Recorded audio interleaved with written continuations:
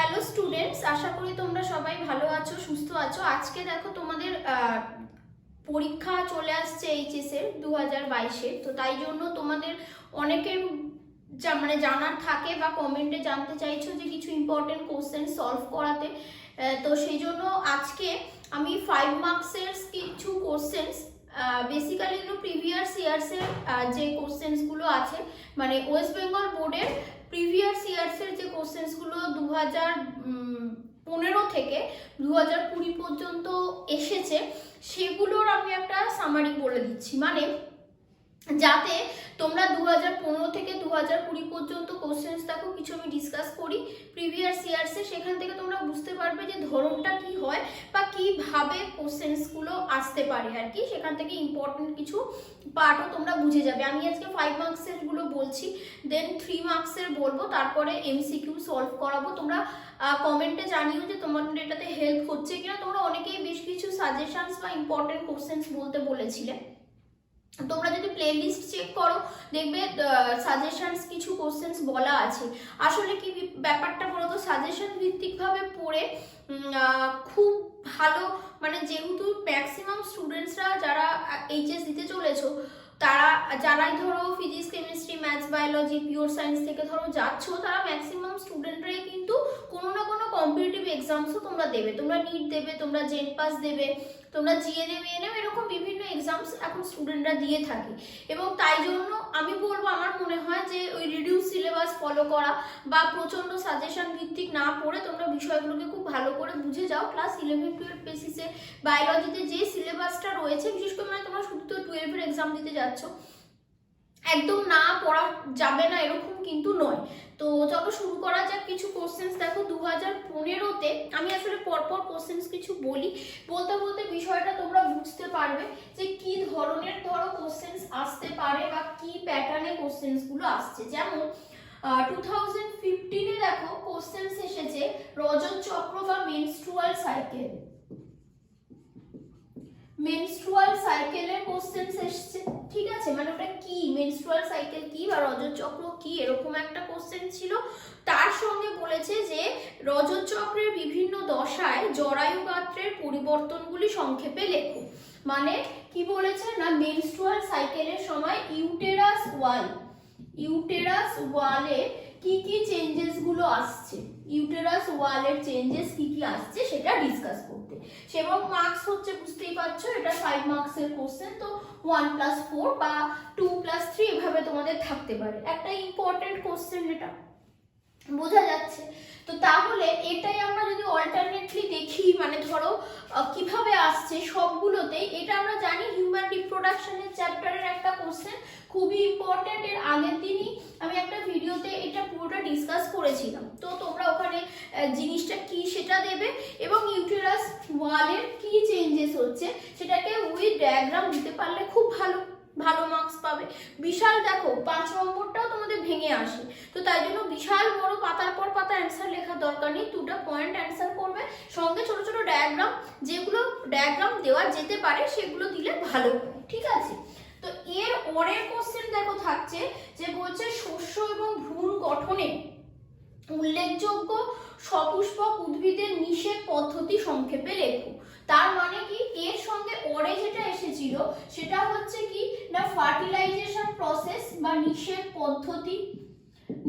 পদ্ধতি বা fertilisation process তোমাকে ডিসকাস করতে বলেছিল। এবার কিসের উপর এমফেসাইজ করতে বলেছে, মানে কোন পোরশনটার উপর জোর দিতে বলেছে না, বলছে দেখো শস্য এবং ভ্রূণ গঠনের ক্ষেত্রে, ঠিক আছে, উল্লেখ সহ, মানে শস্য এবং ভ্রূণ মিন্স হচ্ছে embryo and endosperm and embryo, শস্য এবং ভ্রূণ। তো সেই এন্ডোস্পার্ম ডেভেলপমেন্ট কি করে হয় সেটাকে ভালো করে বলতে বলেছে। তার সাথে বলতে বলেছে যে সেটা মানে ফার্টিলাইজেশন প্রসেসটাকে ডিসকাস করতে। এটা পুরোটা একটা 5 মার্কসের কোশ্চেন এলো, ঠিক আছে? এটা দেখো তাহলে 5 মার্কসের দুটো কোশ্চেন্স মানে ওরে এসেছে, দেখে বুঝতে পারছো। একটা হিউম্যান ফিজিওলজি থেকে, মানে হিউম্যান রিপ্রোডাকশন থেকে এসেছে, একটা প্ল্যান্টের রিপ্রোডাক্টিভ পোর্শনটা থেকে এসেছে। এবং আমি পরপর যদি কয়েকটা ইয়ার দেখি, তোমরা প্যাটার্নটা বুঝতে পারবে কিরম ভাবে ওরগুলো আসছে। এরপরে আমি আর এটা 2015, এবার আমি যদি 2016 এর আরেকটা 5 মার্কসের কোশ্চেনে যাই, তাহলে দেখো সেখানে তোমাকে বলেছে কি না, চিহ্নিত চিত্রসহ সপুষ্পক উদ্ভিদের পুংলিঙ্গধর উদ্ভিদের উৎপত্তি সংক্ষেপে বর্ণনা করো। তার মানে কি না, development of male gametophyte, development of male gametophyte, development of male gametophyte discuss করতে বলেছে। তার সঙ্গে বলেছে বীজের গুরুত্ব কি, মানে importance of seed, importance of seed. সব জায়গাতে দেখো টোটাল 5 মার্কস না দিয়ে এরকম ভাবে দুটো পার্টে এসেছে। তো তাহলে আমাদেরকে অবশ্যই ডেভেলপমেন্ট অফ মেল গ্যামেটোফাইট বা হচ্ছে গিয়ে সপুষ্পক উদ্ভিদের পুংলিঙ্গধর যে অংশ, তার গঠন আমরা যখন ডিসকাস করব, গঠন না ডেভেলপমেন্টটা যখন ডিসকাস করব, তাহলে তাতে ছবি দেওয়াটা আবশ্যক, পিকচার্স দেওয়াটা আবশ্যক। তোমরা এগুলোকে পয়েন্ট করে লিখবে। ডেভেলপমেন্টের তো প্রসেস আছে, স্টেপস আছে, তো স্টেপস গুলোকে 1 2 3 করে পয়েন্ট করো, সাইডে পিকচার দিয়ে দাও, খুব ভালো মার্কস পাবে। ঠিক আছে, হলো। এর সাথে 2016 এ অরের যে কোশ্চেনটা হিউম্যান রিপ্রোডাকশন থেকে, এটা তো প্ল্যান্টের রিপ্রোডাক্টিভ পার্টের পেলে, তাহলে হিউম্যান রিপ্রোডাকশন থেকে কি পাবে? হিউম্যান রিপ্রোডাকশন থেকে দেখো বলছে চিহ্নিত চিত্র সহ মানুষের শুক্রাশয়ের কলাস্থানিক গঠন সংক্ষেপে বর্ণনা করো। মানুষের শুক্রাশয়ের কলাস্থানিক গঠন, তার মানে হিস্টোলজিটা,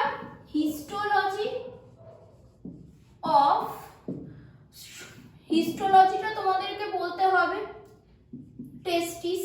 ঠিক আছে, শুক্রাশয়ের হিস্টোলজি বা কলাস্থানিক গঠন তোমাদেরকে চিত্র সহ তো বলেই দিয়েছে। তাহলে ভালো করে এগুলোর দেখো ডায়াগ্রাম গুলোকে তোমরা প্র্যাকটিস করতে থাকো। যেমন তোমরা ওয়েস্ট বেঙ্গল বোর্ডের ক্লাস 10th এর কোশ্চেন্সে দেখতে যে একটা 5 মার্কসের ড্রয়িংই দিয়ে দেয়, কিন্তু ক্লাস 12th এর কোশ্চেন্সে আলাদা করে 5 মার্কসের ড্রয়িং না থাকলেও যে এরকম সব কোশ্চেন্স দেখো 5 মার্কসে চাওয়া হয়, যেগুলো কিন্তু ড্রয়িংটাকে দরকার পড়ে, মানে যাদের যে কোশ্চেনটা চাহিদা থাকে যে হ্যাঁ এখানে কোশ্চেনটায় ড্রয়িং করতে বলা থাক বা না থাক, ড্রয়িং করলে বেটার হবে। যেমন আগের কোশ্চেনটা কোথাও বলা নেই যে ফার্টিলাইজেশন প্রসেসে ড্রয়িং করো, কিন্তু অবশ্যই তুমি যেটা পিকচার দাও তার মানে চাহিদা রয়েছে এই কোশ্চেনটায়, যে পিকচার দিলেই তোমার বেটার হবে। তো ঠিক সেরকমই ব্যাপারটা। আর এখানে তো বলাই আছে যে টেস্টিস বা শুক্রাশয়ের কলাস্থানিক গঠন তোমাকে উইথ ডায়াগ্রাম দিতে হবে। আর তার সাথে তোমাকে হোয়াট ইজ স্পারমাটোজেনেসিস, মানে স্পারমাটোজেনেসিস কি, ওখানে অবশ্যই তোমাকে আবার প্রসেস পুরো স্পারমাটোজেনেসিসে ডিসকাস করতে হবে না, জাস্ট স্পারমাটোজেনেসিস প্রসেসটা জানতে চেয়েছে। এটাও তাহলে বুঝতেই পারছো এগুলো 5 মার্কসের। তাহলে এটা 2016 এর কোশ্চেন্স বোঝা গেল তাহলে কিরকম ভাবে জিনিসটা আসছে।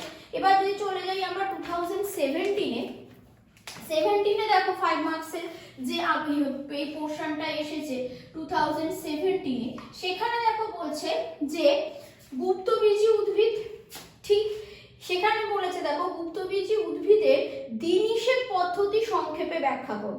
গুপ্তবীজী উদ্ভিদের দ্বিনিষেক পদ্ধতি, তার মানে কি ডবল ফার্টিলাইজেশন তোমাদেরকে ব্যাখ্যা করতে বলেছে।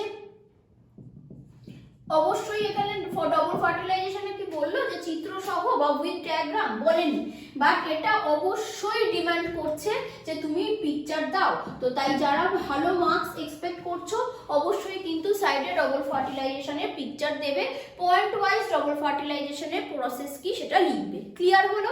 তার সঙ্গে দেখো কোশ্চেনটা ছিল অপুংজনি, মানে পার্থেনোজেনেসিস বা অপুংজনি কি সেটা তোমাকে বলতে বলেছিল। হলো এটা। এর সাথে আরেকটি কোশ্চেনটা ছিল 2017 এ, সেটা দেখো তোমাকে বলছে যে মানবদেহের স্ত্রী জননতন্ত্রের চিত্র সহ সংক্ষিপ্ত বিবরণ দাও। Female reproductive structure with diagram, female reproductive structure with diagram বলেছে। যদি বলা না থাকতো তবু এটা কিন্তু একটা যেটা বললাম যে ডায়াগ্রাম ডিমান্ডিং কোশ্চেন, তাই উইথ ডায়াগ্রাম এই টার্মটা থাকুক চাই না থাকুক তোমাকে কিন্তু পিকচার ড্র করাটা ম্যান্ডেটরি হওয়া উচিত ভালো মার্কস পাওয়ার জন্য। হলো 8 পেলাম। এবার 2018 আমি ব্যাপারটা কি করছি তোমাদেরকে শুধুমাত্র মানে প্ল্যান্ট রিপ্রোডাকশন আর হিউম্যান রিপ্রোডাকশন, সেখান থেকে 5 মার্কসের অল্টারনেশন কিরকম কোশ্চেন্স গুলো এসেছে সেগুলো বলছি।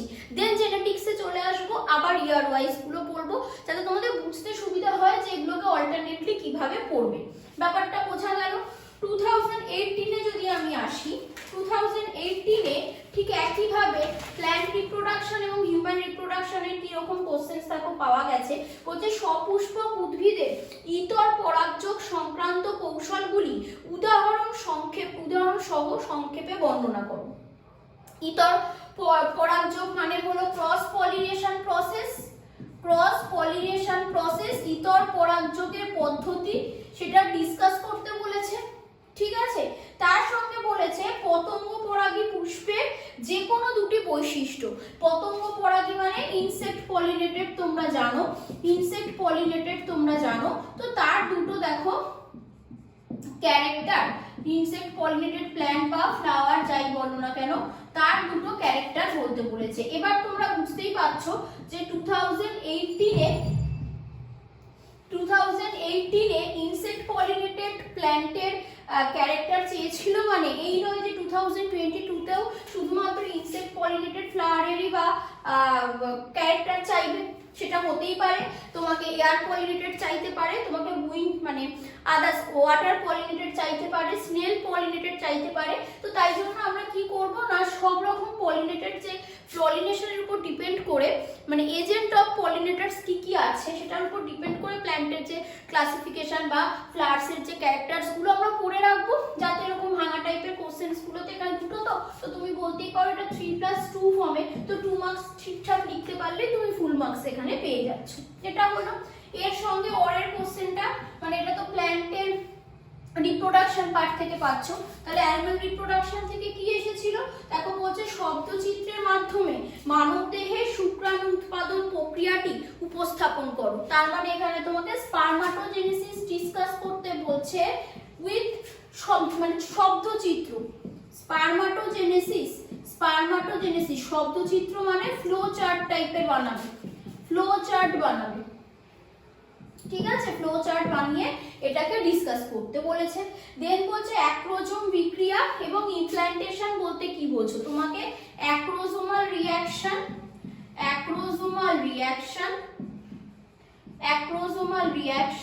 এন্ড ইমপ্ল্যান্টেশন বলতে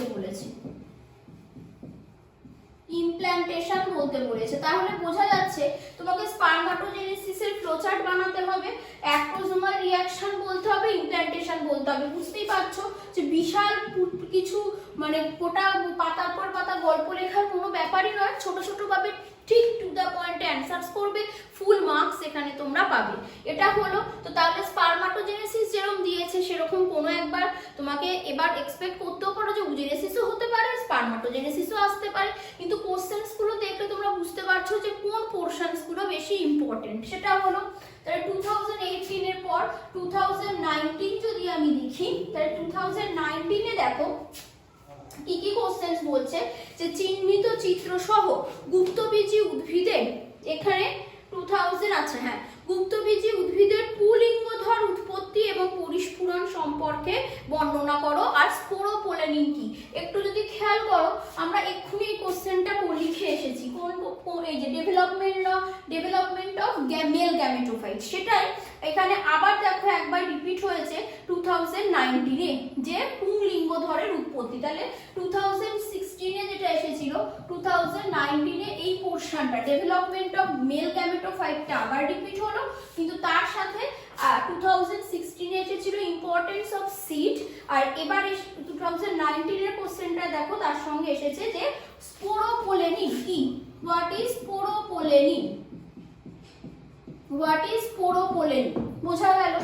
এবার এর সঙ্গে ওরে হিউম্যান রিপ্রোডাকশন পোরশন থেকে যে কোশ্চেনটা ছিল সেটা বলা হচ্ছে যে চিহ্নিত চিত্র সহ মানব ডিম্বাশয়ের কলাস্থানিক গঠন। একবার আমরা দেখলাম কি না, মেল টেস্টিসের সেকশন বা হিস্টোলজি, যেটার আগে একটা ইয়ারেরই আমরা এখানে লিখলাম যে এসেছে ফিমেল রিপ্রোডাক্টিভ হিস্টোলজি 2016-এর। তার মানে ব্যাপারটা দেখো কিছুটা রিপিটেড হচ্ছে, কিন্তু এই পোরশনটা রিপিটই হয়েছে প্ল্যান্ট পার্টটা, আর হিউম্যান রিপ্রোডাকশন পার্টে হিস্টোলজি অফ টেস্টিস ছিল 2016-এ, হিউম্যান রিপ্রোডাকশন থেকে হিস্টোলজি অফ টেস্টিস মানে হচ্ছে শুক্রাশয়ের কলাস্থানিক গঠন ছিল। এবার হিউম্যান রিপ্রোডাকশন থেকে 2019 এলো হচ্ছে ওভারির সেকশনাল ভিউ। ওভারি সেকশন মানে ওভারির হিস্টোলজিক্যাল স্টাডির যে কোশ্চেনটা, তার সঙ্গে অবশ্যই তোমরা পিকচার দেবে উইথ ডায়াগ্রাম, সেটাকে ডিসকাস করতে হবে। বোঝা যাচ্ছে তাহলে কি ব্যাপারটা ঘটছে? এবার যদি 2020-তে আমরা হিউম্যান রিপ্রোডাকশন আর প্ল্যান্ট রিপ্রোডাকশনের কোশ্চেন দেখি, তাহলে দেখো কি বোঝা যাবে। লাস্ট আমরা কি দেখবো, সেখানে দেখো তোমাকে বলছে যে গুপ্তবীজী উদ্ভিদের দিনিষেক পদ্ধতি, দেখো আবার এসেছে গুপ্তবীজী পদ্ধতি, উদ্ভিদের দিনিষেক পদ্ধতি, ডবল ফার্টিলাইজেশন। 2017-এ আমরা ডবল ফার্টিলাইজেশনের কোশ্চেন দেখেছিলাম, এসেছিল, সেটাই সেই জিনিসটাই এই 2017-এর ডবল ফার্টিলাইজেশনটা আবার এসেছে 2020-তে। 2020-তে এলো হলো। তার সঙ্গে 2020-তে দেখো 17-তে কি এসেছিল, ডবল ফার্টিলাইজেশনের সঙ্গে পার্থেনোজেনেসিস। 2020-তে এসেছে পার্থেনোকার্পি। এবার ডবল ফার্টিলাইজেশন এসেছে, তার সঙ্গে এসেছে হচ্ছে পার্থেনোকার্পি। পার্থেনোকার্পি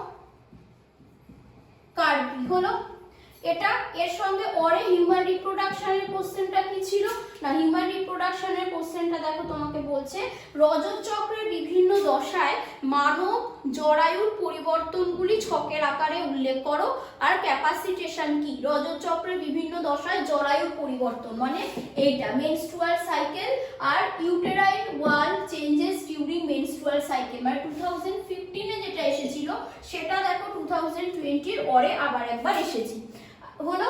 আর তার সঙ্গে আরেকটা যেটা অ্যাডিং কোশ্চেন ছিল 1 মার্কসের, যে হোয়াট ইজ ক্যাপাসিটেশন, ক্যাপাসিটেশন কি বা হোয়াট ইজ ক্যাপাসিটেশন। তো হিউম্যান রিপ্রোডাকশন আর প্ল্যান্ট রিপ্রোডাকশন এই দুটো মিলিয়ে আমরা যদি ক্লাস 12-এর কোশ্চেন্সের 2015 টু 2020-তে কি কি এসেছে সেগুলো একবার দেখে নিই, তাহলে দেখো মোটামুটি ইম্পর্টেন্ট পোর্শন এই দুটো থেকে 5 মার্কসের জন্য কি হতে পারে সেটা দেখো আমাদের কাছে ক্লিয়ার হয়ে যাচ্ছে। কি রকম তাহলে না, দেখো মেনলি আমরা যদি প্রথমেই প্ল্যান্ট রিপ্রোডাকশন পোর্শনটাকে দেখি, তাহলে সেখান থেকে development of male gametophyte, development of female gametophyte important পার্টের মধ্যে চলে আসছে। তারপরে তোমরা বলতে পারো হচ্ছে যে ওই যেটা বিভিন্ন পলিনেশনের প্রসেসগুলো ইম্পর্টেন্ট পোর্শনে চলে আসছে। ডবল ফার্টিলাইজেশন বা দিনিষেক যদি বলো সেটা ইম্পর্টেন্ট পোর্শনের মধ্যে চলে আসছে। আর ডিফারেন্ট ফার্টিলাইজেশন প্রসিডিউর, মানে তোমরা যখন ফার্টিলাইজেশনটা করবে তো তখন নিশ্চয়ই double fertilisation, triple fusion, formation of endosperm আর ফর্মেশন অফ সিড একসঙ্গেই পড়া হয়ে যাচ্ছে। তাহলে ওই পোর্শন থেকে তোমরা এক্সপেক্ট করতে পারো যে একটা কোশ্চেন তোমরা পেয়ে যাবে। প্লাস তোমরা পলিনেশন পোর্শনটাকে দেখো, দেন মেল আর ফিমেল গ্যামেটোফাইটের ডেভেলপমেন্টটাকে দেখো, ব্যাস এই পোর্শনটাই বলতে পারো যে প্ল্যান্ট রিপ্রোডাকশন পোর্শন থেকে খুব ইম্পর্টেন্ট 5 মার্কসের আসার জন্য। কেন ঘুরে ফিরে আমরা 15 থেকে 19 দেখলে, 15 থেকে 20 দেখলে পরে তো সালগুলোর কোশ্চেন্স এগুলোই ঘুরিয়ে ফিরিয়ে কিন্তু এই কনসেপ্টের বেসিসে আসছে। আর যদি হিউম্যান রিপ্রোডাকশনে চলে যাও তাহলে দেখো তোমাকে মেল এবং ফিমেল রিপ্রোডাক্টিভ স্ট্রাকচার মানে মরফোলজিটা বাইরের থেকে মিনস সেকশন না করে অর্গানটাকে দেখলে তার কি কি পার্টস আছে, সে প্রত্যেকটা পার্টসের কি কি কাজ আছে সেগুলো তোমাকে পড়তে হচ্ছে। কেন না মেল ফিমেল রিপ্রোডাক্টিভ স্ট্রাকচার কিন্তু উইথ ডায়াগ্রাম তোমায় 5 মার্কসে আসতে পারে। তার সাথে সাথে মেল আর ফিমেল রিপ্রোডাক্টিভ স্ট্রাকচারের মানে ওভারির কলাস্থানিক গঠন বা ওভারির সেকশনাল ভিউ তোমার কোশ্চেন্স আসতে পারে উইথ ডায়াগ্রাম, ওদের স্ট্রাকচারটা ঠিক সেরকমই টেস্টিসের আসতে পারে বা শুক্রাশয়ের আসতে পারে কলাস্থানিক গঠন বা সেকশনাল ভিউ। ওই তো পোর্শন তো থাকলোই, তাহলে এমনি নর্মাল স্ট্রাকচার আর সেকশনাল ভিউ এটা থাকছে। তার সঙ্গে স্পারমাটোজেনেসিস ইম্পর্টেন্ট হয়ে যাচ্ছে, উজেনেসিস ইম্পর্টেন্ট হয়ে যাচ্ছে, আর হচ্ছে মেনস্ট্রুয়াল সাইকেলে ইউটেরাইন চেঞ্জেস গুলো, মেনস্ট্রুয়াল সাইকেলের ডেজের গুলো, মেনস্ট্রুয়াল সাইকেলের যে গ্রাফটা আগের দিন তোমাদের আমি ডিসকাস করেছি সেই পোর্শনস গুলো দেখো হিউম্যান রিপ্রোডাকশনের জন্য খুব ইম্পর্টেন্ট। আর তার সাথে সাথে ধরো ক্যাপাসিটেশন, দেন হচ্ছে গিয়ে বলতে পারো আফটার ফার্টিলাইজেশন যে ডেভেলপমেন্টটা হচ্ছে মানে মরুলা, ব্লাস্টুলা, গ্যাস্ট্রুলা এই যে চেঞ্জেস গুলো হচ্ছে সেই স্টেজগুলো একটু কনসেপ্ট তোমাদের বিল্ড আপ করে রাখা দরকার। তার সাথে সাথে ধরো ফার্টিলাইজেশনের ডিফারেন্ট স্টেজেসগুলো, আচ্ছা স্পাম, সেই কোশ্চেনটা আমরা এখানে পাইনি, কিন্তু আমার মনে হয় তোমাদের করে রাখা উচিত স্পামের গঠন যেটা পাচ্ছি আমরা, ঠিক আছে, মানে একটা শুক্রাণু, হিউম্যান শুক্রাণুর গঠন, তার ডায়াগ্রাম এবং কাজ, কোন পোর্শনে কি অর্গানেলসগুলো ধরো আছে, কিভাবে কি কাজ করছে, এই জিনিসগুলো কিন্তু ইম্পর্টেন্ট, ঠিক আছে। তো হিউম্যান রিপ্রোডাকশন আর প্ল্যান্ট রিপ্রোডাকশন থেকে ক্লাস 12th-এর যে ইম্পর্টেন্ট পার্টগুলো এইভাবে দেখো অল্টারনেটলি আসছে। এবার মেন পোর্শন এগুলো, তার সঙ্গে ধরো পার্থেনোজেনেসিস, পার্থেনোকার্পি, অ্যাপোগ্যামি, অ্যাপোস্পোরি, তারপরে ধরো বলতে পারো ওই ক্যাপাসিটেশন, এই টাইপের যে জিনিসগুলো আছে, ঠিক আছে, যেগুলো এই মেন পোর্শনের সঙ্গে কিন্তু ওই 1 বা 2 মার্কসের একটা অ্যাডিশন কোশ্চেন্স হিসাবে আসতেই পারে। পলিনেশন, পলিনেটিক এজেন্ট হিসাবে কোন প্ল্যান্টের অ্যানিমোফিলি, মেলাকোফিলি, হাইড্রোফিলি, এই টার্মসগুলো, তাদের এক্সাম্পলস, এই পার্টগুলো কিন্তু আমার প্ল্যান্ট এবং হিউম্যান রিপ্রোডাকশন পোর্শন থেকে, মানে ফার্স্ট ইউনিটটা থেকে তোমরা এক্সপেক্ট করতেই পারো এবং খুবই ইম্পর্টেন্ট পার্টস এগুলো। তো আজকে আমি এই পার্টটা ডিসকাস করলাম। নেক্সট আমি আরও যে ইউনিটগুলো আছে সেখানে ইম্পর্টেন্ট যে পোর্শনসগুলো 5 মার্কসের জন্য হতে পারে, সেগুলো তোমাদের সঙ্গে নেক্সট ভিডিওতে ডিসকাস করবো। Thank you.